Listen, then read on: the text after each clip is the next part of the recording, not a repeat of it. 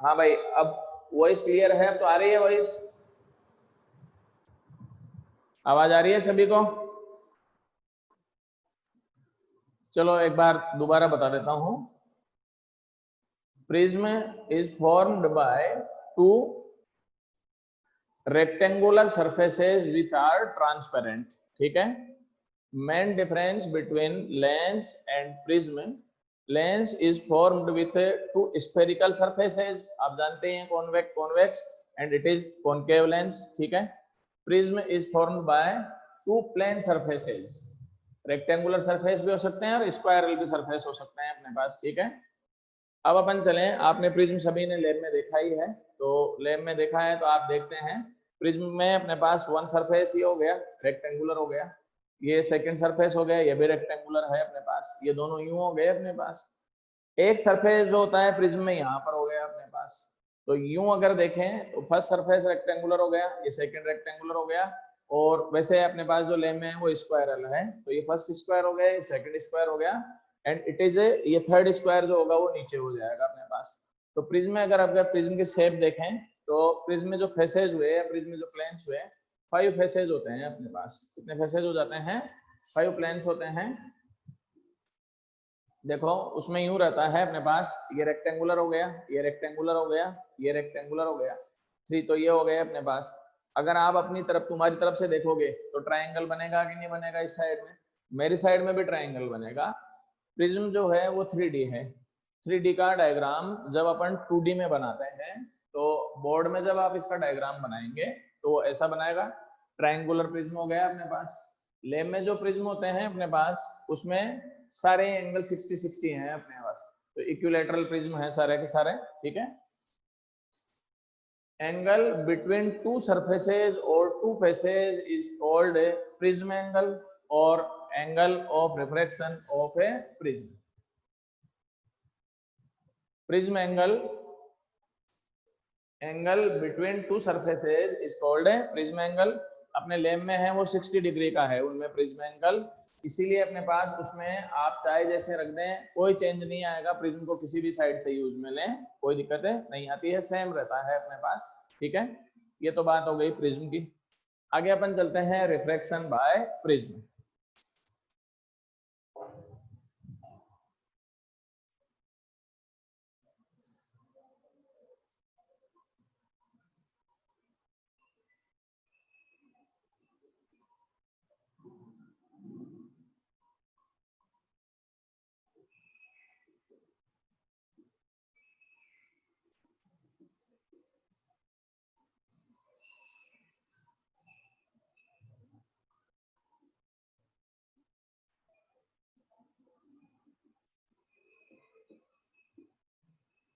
Suppose that a prism with prism angle A is prism angle। ठीक है।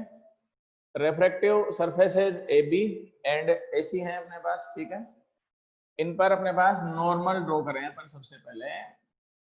N1 and N2 are normal on surface AB and AC। N1 and N2। ठीक है। One light ray incident on first surface AB, after refraction it is a passes through prism and emergent by surface AC। देखो भाई ये अभी समझा देता हूं। सबसे पहले अपन चले यहां से, लाइट रे enters from here, incident ray normal, so that it is angle of incidence it is taken I1, it is taken I2, it is angle of emergence या emergent angle। ठीक है।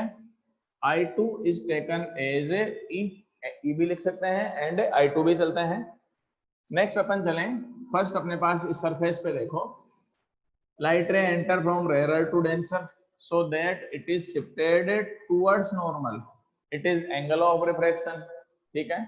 then it is R1 and this angle is taken as R2। देखो भाई ये traditional properties हैं अपने पास है, उसमें ये लेते हैं कि ये एंगल R1 और ये एंगल R2 लेते हैं, अदरवाइज तो ये होना चाहिए था इसमें I1 R1 I2 R2 होना चाहिए था।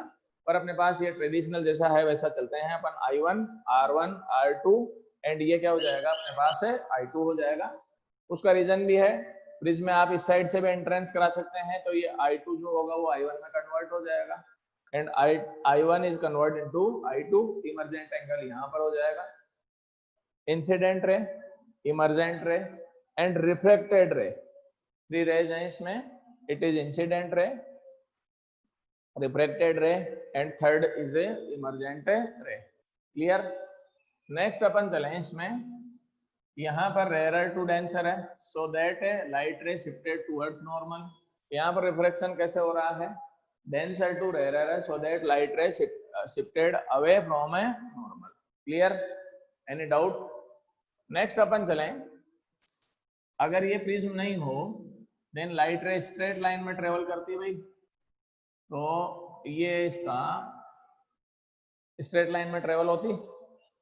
बट अगर मान लो लाइट रे तो यहाँ आ रही है, अब यहाँ से कोई ऑब्जर्वर अगर इस लाइट रे को देखता है देन ये कहाँ से आएगी, इसको कहीं पीछे से लेना पड़ेगा भाई अपने पास, ये यहाँ से आएगी अपने पास, जहां पर दोनों लाइट रे इंटरसेक्ट करेगी। At intersect point of these light ray angle is delta, it is angle of a deviation. आपको एंगल ऑफ डेविएशन के बारे में पहले स्टडी करा चुका हूं, मैं बता भी चुका हूं। आगे एंगल ऑफ डेविएशन कैसे निकालते हैं, ये रहा मेथड, देखो एंगल ऑफ डेविएशन का। वन लाइट रे इधर जा रही है, फिर ये इधर चली गई, फिर इधर चली गई। अब अपन एंगल ऑफ डेविएशन कैसे निकालेंगे, देखो इसका ओरिजिनल पाथ ये होना चाहिए था, यहाँ चली गई, तो कोई पर्सन यहाँ से अगर देखेगा ऑब्जर्वर तो यहाँ से आती हुई लगेगी, ये डेल्टा हो गया, so that it is angle of a deviation. Next अपन चलें इसमें, अब कुछ पॉइंट्स हैं भाई अपने पास, वो मैं ले लेता हूं इसमें। देखो D, E, F and G, right? इसमें तो कोई दिक्कत नहीं होनी चाहिए अपने को यहाँ तक। नेक्स्ट अपन चलें,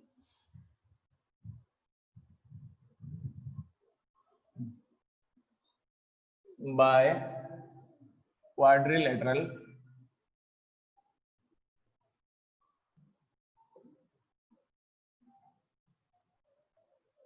ADEF, by quadrilateral ADEF, as we know sum of all angles of quadrilateral is a 360, then क्या रहेगा अपने पास, देखो angle A plus angle ADE plus angle DEF plus angle EFA is equal to 360। आ गया अपने पास, चारों एंगल समझ में आ गए। देखो फर्स्ट एंगल, इसको तो एंगल ए ले लिया, उसका रीजन भी है यहाँ पर केवल वन एंगल ही फॉर्म है, तो एक ही ले लिया अपने पास। नेक्स्ट अपन चलें ADE, ADE, DEF, EFA। अब एक बार आप डायग्राम देखें, angle ADE and angle EFA, कितना वैल्यू होगा भाई इसका, कौन बता सकता है? अजय, प्रिया, तरुण, what is the value of angle ADE and angle EFA?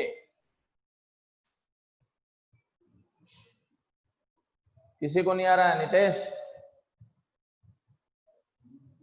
Rahul, Yashika,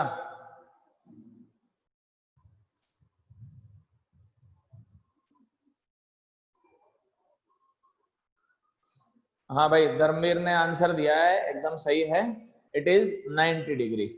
Dharmveer का भी सही है और अजय का आंसर भी सही है, ठीक है। तो 90 डिग्री क्यों है एक बार मैं बता देता हूं। ये लाइन हो गई अपने पास यूं, ये अपने पास नॉर्मल है, नॉर्मल है तो ये भी राइट एंगल, ये भी राइट एंगल, ये भी राइट एंगल एंड ये भी कितना हो जाएगा अपने पास है, राइट एंगल हो जाएगा।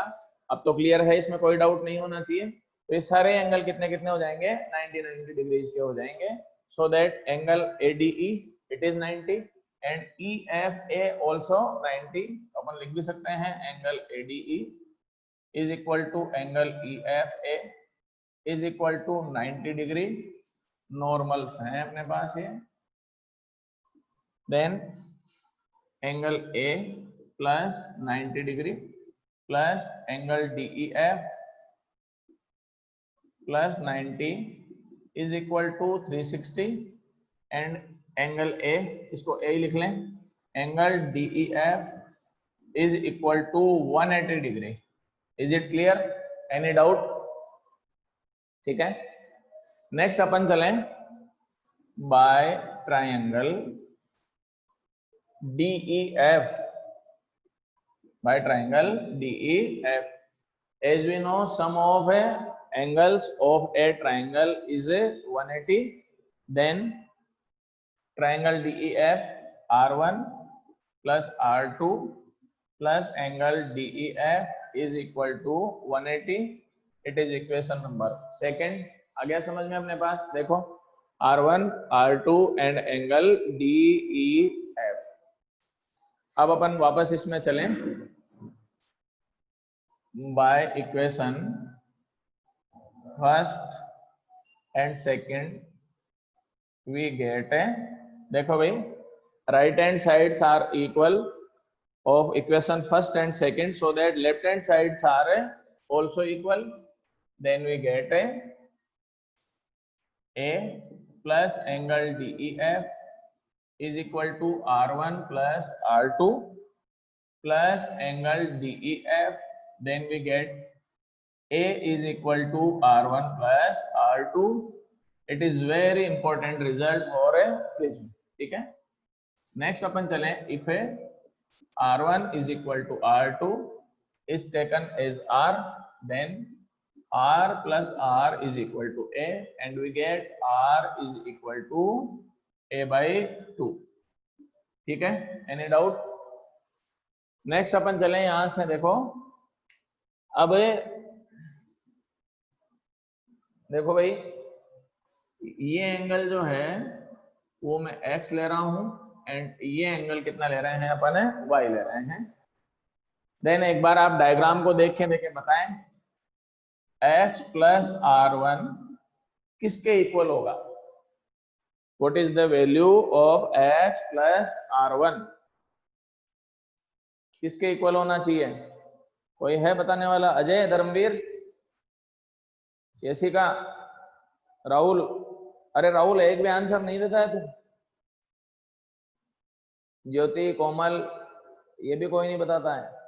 धर्मवीर कितना बता रहा है भाई? y प्लस R2 गलत है भाई धर्मवीर।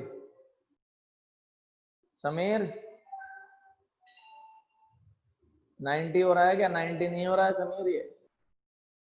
हाँ भाई x प्लस R1 एक बार आप देखें, ये लाइन इंटरसेक्ट कर रही है कि नहीं कर रही है? इंटरसेक्ट कर रही है, तो x प्लस R1 किसके इक्वल हो जाएगा? I1 के इक्वल। अपोजिट वर्टिसेज एंगल है भाई अपने पास। ये कौन सा एंगल है? Opposite vertices angle. देन ये देखो x plus R1 is equal to क्या हो जाएगा? I1। This line and this line intersect at point B so that opposite vertices angle it is I1। इसी तरह से अगर आप देखेंगे तो अपन ये निकाल सकते हैं इसका value, x is equal to I1 minus R1 and y plus R2 किसके इक्वल हो जाएगा? आप देखें एक बार, y प्लस R2 किसके इक्वल होगा? It is equal to I2। फिर वापस चलें, अपोजिट वर्टिसेज एंगल है अपने पास। हाँ भाई समीर सही है आंसर अब की बार तेरा। Then y is equal to क्या आएगा? I2 minus R2। Now by triangle GDF, ठीक है, दिख रहा है GDF। इसमें अपने को वो थ्योरम अप्लाई करनी है, sum of two interior angles is equal to exterior angle. Sum of two interior angles is equal to exterior angle. तो किस किस का सम किसके इक्वल होगा? कौन बता सकता है भाई?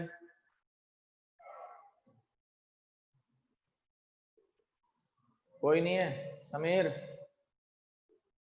चलो x and y, x plus y interior angle हो गए, sum of x plus y is equal to delta, sum of है x plus y is equal to delta. Sameer का आंसर भी सही है, धर्मवीर का भी आंसर सही है, very good. It is equal to delta. By placing value of x and y we get I1 minus R1 plus I2 minus R2, it is equal to delta, and I1 plus I2 is equal to, इन दोनों को side में shift करें, delta plus R1 plus R2, as we know R1 plus R2 is equal to A, so that I1 plus I2 is equal to A plus delta. ये भी important result है भाई। फिर आगे अपन चलें इसमें, if I1 is equal to I2 is equal to I, then I plus I is equal to A plus delta, then we get I is equal to A plus delta by 2। अब एक बार आप screenshot ले लें, उसके बाद में अपन आगे बढ़ेंगे भाई।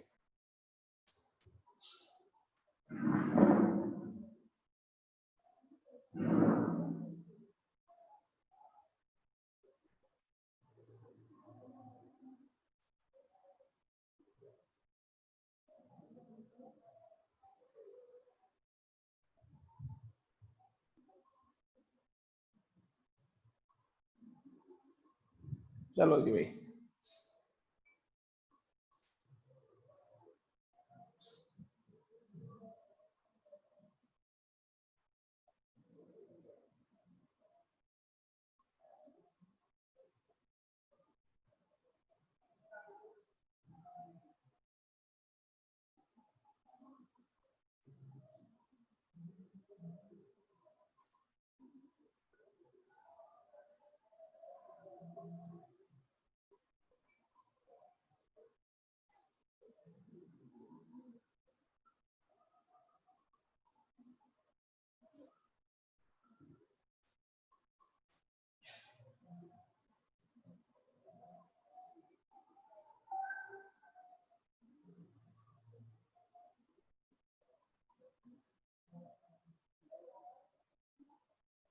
हाँ भाई, नेक्स्ट अपन चलते हैं, जो चल रहे थे उसी से आगे चले अपन।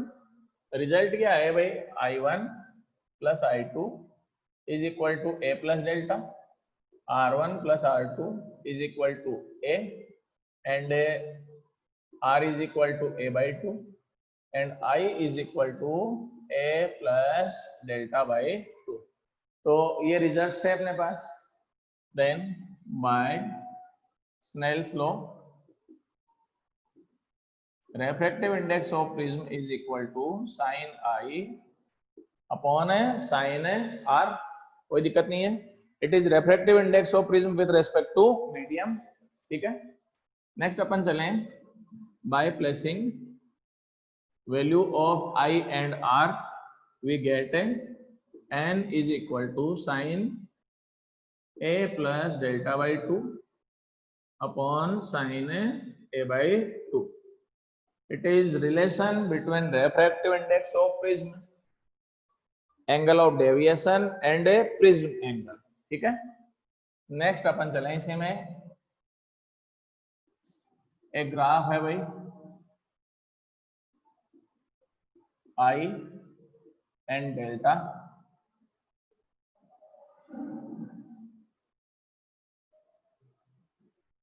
it is delta minimum, it is a delta m.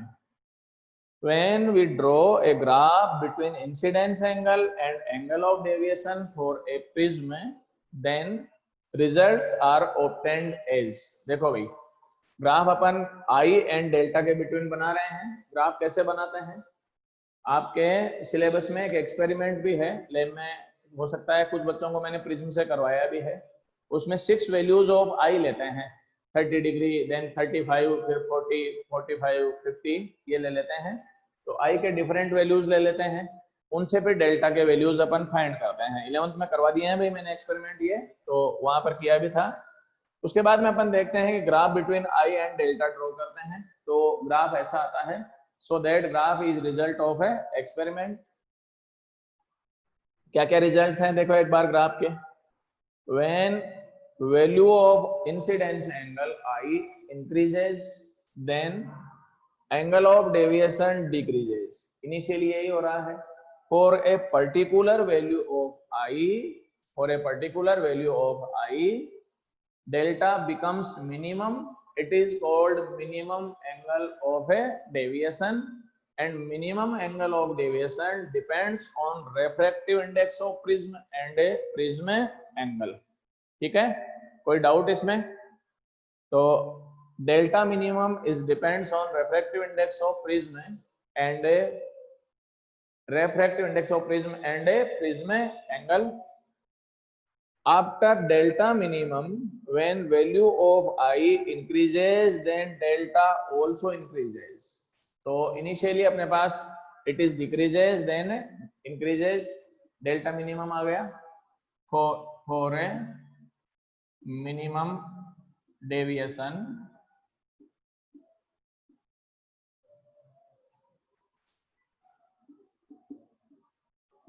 for minimum deviation. Delta is taken as delta minimum. Then as we know, if theta is very small, then sin theta is merely taken as a theta. Then अपने पास ये formula इसमें apply करें तो results क्या रहेंगे? n is equal to sign,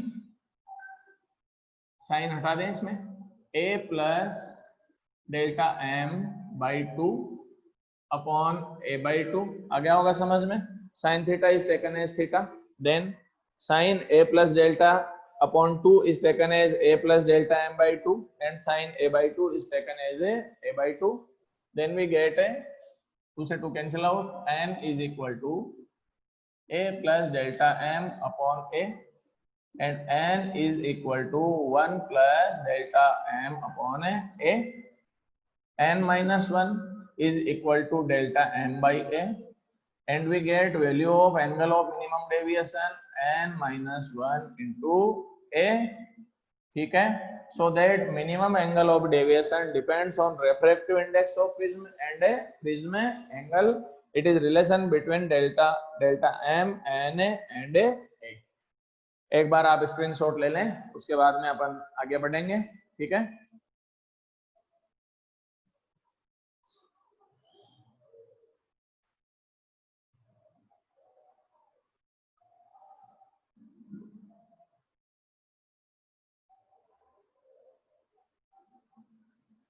क्या अजय आवाज नहीं आ रही है क्या? अजय आवाज नहीं आ रही है? बाकी बच्चों को भी नहीं आ रही है क्या?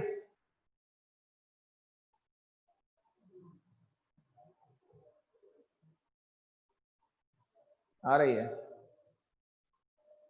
ठीक है भाई, आगे चलें बेटा। अपन पहले 2 एग्जाम्पल करा लेता हूं, ठीक है, उसके बाद में अपन चलेंगे।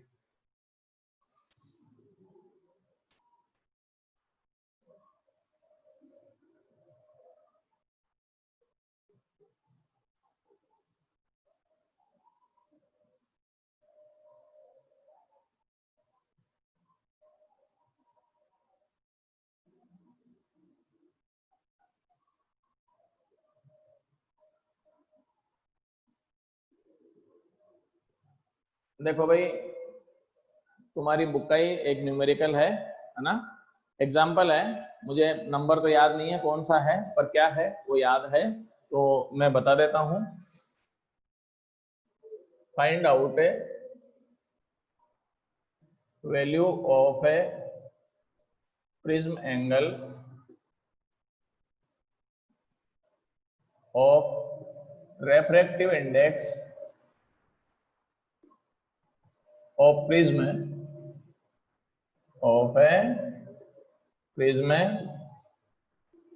with refractive index √3 if a angle of deviation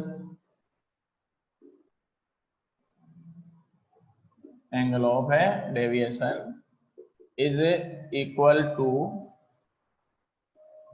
angle of prism.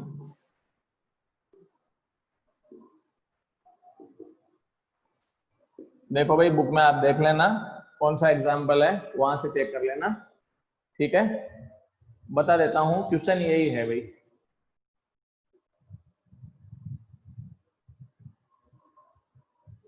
सबसे पहले अपन चलें, find out value of prism angle of prism with refractive index √3 if angle of deviation is equal to angle of है prism, ठीक है। तो अब अपन सबसे पहले n गिवन है, it is √3, angle of deviation and prism angles are same, then by formula n sin a plus delta by 2 upon sin a by 2, then एक बार वैल्यू रखें आप इसमें, देखो भाई it is √3 sin a plus a by 2 आ गया होगा समझ में, upon sin a by 2, √3 sin 2a by 2 upon sin a by 2, ठीक है। एक फॉर्मूला होता है भाई sin 2 theta is equal to 2 sin theta and cos theta, then by this formula क्या रहेगा एक बार देखो, √3, हाँ भाई 60 आंसर बताया है किसने, समीर ने, आंसर सही है बेटा। √3 is equal to sine, expand करें इसको तो 2 sin a by 2 cos a by 2 upon sin a by 2, ये से कैंसिल आउट, 2 इससे डिवाइड करें, √3 by 2 is equal to cos a by 2 and a by 2 is equal to cos inverse √3 by 2। What is value of cos inverse √3 by 2? What is a value of a cos inverse √3 by 2? कौन बता सकता है क्या value होगी? समीर, अजय, समीर ने answer दिया है वो सही है भाई। और कोई, और किसी को नहीं आता रहे? धर्मवीर, नीलम, इन्होंने सही आंसर दिया है भाई, तीनों ने, तीनों चारों ने, और अजय का भी सही आंसर है। आंसर है 30 डिग्री, ठीक है, आंसर इज ए 30 डिग्री। तो cos inverse √3 by 2 is equal to 30 degree, a is equal to 60 degree, so that answer is a 60। Inverse function में एक सेकंड के लिए बता देता हूँ भाई इनवर्स फंक्शन कैसे निकालते हैं। देखो भाई मेथड ये है, जैसे आप ये पढ़ते हैं cos 60, इसका वैल्यू आप जानते हैं 1/2 होता है, तो इसका मेथड आपने 10th में भी पढ़ा होगा, वो ट्रिग्नोमेट्रिक टेबल होती है, उसमें आप क्या करते हैं, cos की लाइन में 60 के नीचे देखते हैं कितना लिखा हुआ मिलता है, वहां पर 1/2 होता है। इनवर्स फंक्शन में अपने पास उल्टा चलना पड़ता है, रिवर्स चलते हैं अपने पास। रिवर्स कैसे चलते हैं, जैसे ये लिखा हो जाए cos इनवर्स 1/2, तो इसका मीनिंग है cos की टेबल में 1/2 कहां पर आएगा, इट मीन्स अपने पास क्या है, cos की टेबल में 1/2 कहां पर आएगा, तो आप देखेंगे तो पता चलेगा कि कितने डिग्री पर आएगा, वो 60 डिग्री पर आ जाता है। जैसे अपने पास ये आ जाए tan inverse 1, then value 45 degree आ जाएगा भाई, क्योंकि 10 की टेबल में 1 जो है वो 45 पे होगा, तो ये 45 आ जाएगा। सेम ऐसे कैसे अपने पास, जैसे सपोज दैट कि आ जाए tan इनवर्स इनफाइनाइट, इसका वैल्यू हो जाएगा 90 डिग्री। ऐसे अपने पास ये आ जाए cos इनवर्स 1, अब cos में 1 कहां पर आता है, answer is A 0 degree. Is it clear? अगर किसी को डाउट हो तो बता देना, इनवर्स फंक्शन एक बार, फिर बाद में और बता देंगे। अब अपन चलते हैं, तुम्हारी बुक में ही एक और क्वेश्चन है भाई, इसी के बाद का एग्जाम्पल है, शायद या इसी के प्रिज्म के साथ का एक एग्जाम्पल है। उस एग्जाम्पल में ये कह रहे हैं find the value of incidence for a prism, find the value of angle of incidence for a prism so that emergent angle is in direction of normal, emergent angle is in a direction of a normal, तो question और एक बार देख लेते हैं, अभी समझ में आ जाएगा। सबसे पहले अपन यहाँ से चले, डायग्राम वगैरह अपन बना लेते हैं। आप ये जानते हैं ये नॉर्मल हो गया, फिर ये नॉर्मल हो गया n1 and n2, as we know it is angle of incidence. ठीक है, क्वेश्चन ये था find the value of angle of incidence so that emergent angle is in direction of normal और emergent angle is emerge normally. यूं जो है आपने ये डायग्राम में पढ़ा है, ये यूं चलते हैं, लाइट रे यहाँ से यहाँ ट्रेवल करती है, ये इमर्जेंट एंगल का एंगल ऑफ इमर्जेंट हो गया, इट इज ई। ठीक है, I2 भी ले सकते हो इसको, ये R1 हो गया और ये R2 हो गया। क्वेश्चन ये कह रहा है कि लाइट रे नॉर्मल की डायरेक्शन में इमर्जेंट होनी चाहिए। मतलब ये है कि ये लाइट रे यहाँ नहीं आके और इसी डायरेक्शन में इमर्जेंट हो जानी चाहिए, उधर ही निकल जानी चाहिए।